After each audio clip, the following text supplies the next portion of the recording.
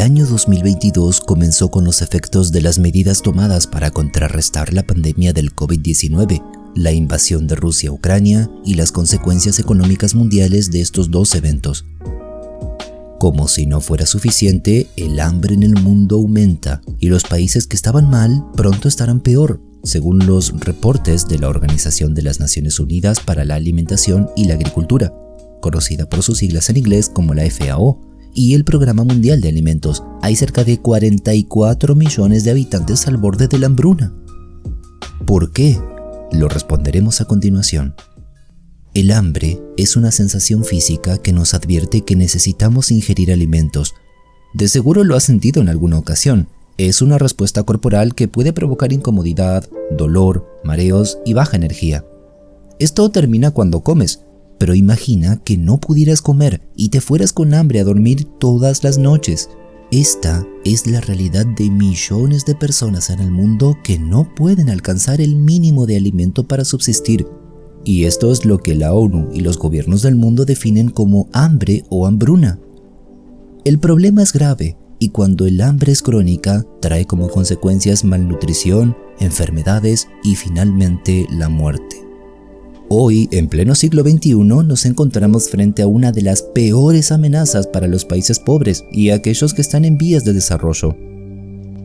A pesar de los esfuerzos científicos, de nuestros grandes adelantos tecnológicos, de la acción de los gobiernos centrales, de los tratados internacionales, el hambre sigue avanzando entre las poblaciones pobres y marginales. ¿Por qué? ¿Cómo ocurrió? Y lo más importante, ¿qué podemos hacer? Para entender por qué todavía existe hambre en este mundo globalizado en el que la obesidad, la hipertensión y la diabetes es uno de los temas preferidos de las revistas deportivas y de salud, tenemos que conocer el origen de nuestros alimentos y recursos. La mayoría de los productos que consumimos están basados en tres grandes cereales y granos, los cuales son arroz, trigo y maíz. Cualquier variación en el nivel de producción de ellos y una larga cadena de productos y servicios derivados se verán interrumpidos. Imagina que el trigo es una de las fichas de una hilera de dominó y luego sigue la harina, el pan, los cereales del desayuno, barras energéticas y muchos más productos en base al trigo. Además, el cultivo, almacenamiento, exportación y distribución de este cereal implica la relación entre países, productores, agricultores y servicios asociados. Y solo hablamos de uno de los principales y más antiguos cereales del mundo consumido por casi todo el planeta. Pero más de 1.700 millones de personas viven en zonas agrícolas marginales, es decir, incapaces de producir o comercializar su producción en el mercado. La baja producción de estas zonas no les permite garantizar los alimentos a sus habitantes.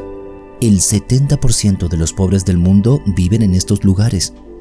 Los países pobres como Etiopía, Nigeria, Sudán del Sur, Haití, dependen de la producción extranjera, pues sus tierras no son lo bastante fértiles o no cuentan con los recursos para desarrollar una agricultura sostenible en el tiempo. Es decir, es posible que algunos agricultores sean capaces de explotar la tierra y producir por algún periodo, pero sus métodos pueden perjudicar la tierra de cultivo a largo plazo y volverse en su contra, haciendo imposible el volver a trabajarla. El hecho de que las exportaciones de fertilizantes y pesticidas se hayan encarecido en los últimos años es otra razón que perjudica a los agricultores. Esto, en palabras de los representantes de la ONU, se vincula a otro proceso: el cambio climático. Sequías, incendios, lluvias torrenciales, inundaciones, tormentas y huracanes.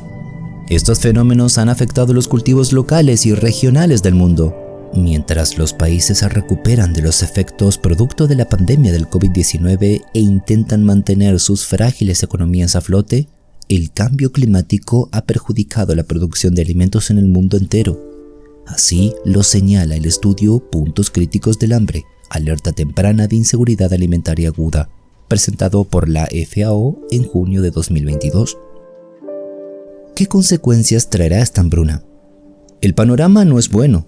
Como ya dijimos, la escasez de alimentos no solo afectará a las poblaciones más pobres y aquellas que estén en el límite de la pobreza. Los problemas a consecuencia de ello son energéticos, como ya vemos en los precios del petróleo, gas y combustibles que aumentan el costo de la vida en general. También sociales y políticos. Estos últimos son los peores, ya que garantizan el conflicto interno de los países. Las alzas en los precios de los alimentos producto de la inflación provocan manifestaciones e incluso pueden desencadenar una guerra civil. El círculo de pobreza y miseria aumenta, ya que la inestabilidad no permite la inversión. Imagina un bote con un agujero por el que comienza a entrar agua. Puedes intentar sacar el agua, pero mientras ese agujero siga ahí, lo más probable es que termines hundiéndote con el bote. Eso sucede con un país inestable y esto solo empeora la precaria condición de los más desposeídos. Se advierte que algunos de estos inconvenientes obligarán a las personas a migrar buscando mejorar sus condiciones y oportunidades de vida. Esto ya era visible antes de la hambruna y la pandemia, pero esto no está exento de riesgos. Las personas ponen su vida en peligro para cruzar a otros países o son recibidos en un contexto que no garantiza su libertad. Recuerda que vivimos en un mundo interconectado. Cada eslabón de la cadena es importante. Lo que ocurre en un punto del planeta tiene consecuencias en los demás, y esto afecta principalmente a quienes menos recursos tienen. El precio de los cereales, los combustibles y la devaluación de las monedas son unas de las secuelas sostenidas de nuestra realidad global. Sumado a eso tenemos el cambio climático, las guerras y la migración de un país a otro o de un continente a otro. ¿Qué podemos hacer entonces? Las soluciones no se hacen esperar y como las opiniones, todos tienen una. Lamentablemente, muchas de estas soluciones no van a dar resultados inmediatos. Por ejemplo, en el caso medioambiental, las soluciones para reducir el calentamiento global tardarán 10 años en mostrar resultados. En el caso de la guerra entre Rusia y Ucrania, la solución lógica sería terminar con el conflicto y que la producción y distribución de recursos vuelva a garantizar el correcto desarrollo económico en el mercado internacional y así sostener a los países más perjudicados. Pero los grandes problemas van a requerir grandes soluciones de los poderes económicos y políticos, como el fin de la guerra o una política económica orientada a financiar métodos de producción agrícola modernos y eficientes. ¿Qué podemos hacer nosotros para conducirnos de forma eficaz en este contexto de hambruna mundial? Tenemos que aplicar la mentalidad financiera de ahorro e inversión a nuestra vida cotidiana. Buscar alternativas de alimentos que sean económicas y confiables, junto con prevenir cualquier desabastecimiento futuro. Comprar alimentos enlatados o no perecederos, aprender de nuestros ancestros y comer lo que se dé mejor en nuestro contexto. Guardar aquellos alimentos calóricos para la posible escasez. Generar redes de apoyo entre amistades, familia y habitantes de nuestros barrios para hacer sostenible en el tiempo una estrategia de consumo. Por ejemplo, haciendo compras en grandes cantidades para abaratar los costos. Esto no solo nos ayudará con las consecuencias de la hambruna, como dice Lola Castro, directora del Programa Mundial de Alimentos. Con las crisis vienen las oportunidades. Esta puede ser una oportunidad para volver a vivir de una forma consciente, conectados con nuestro círculo cercano, con la mente despierta, buscando alternativas de consumo que vayan más allá de esta crisis mundial. ¿Tienes otra solución? ¿Crees que esta hambruna nos obligará a replantearnos nuestra forma de vida? Escribe en nuestra caja de comentarios y no olvides compartir este vídeo. Creemos que esta información es importante y por eso te invitamos a suscribirte a nuestro canal y darle clic a la campanita de notificaciones para no perderte nuestro contenido sobre este y otros temas relacionados a la libertad financiera. ¡Muchos éxitos, emprendedores!